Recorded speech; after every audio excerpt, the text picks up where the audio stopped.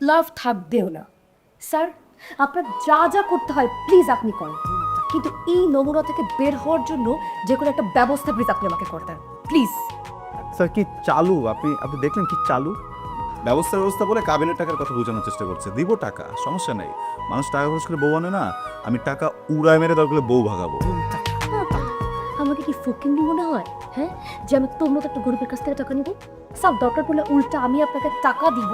সে তুমি আমাকে প্লিজ আস্তে এটার সাথে আস্তে টাকা দিবে কোথায়? প্লিজ আস্তে।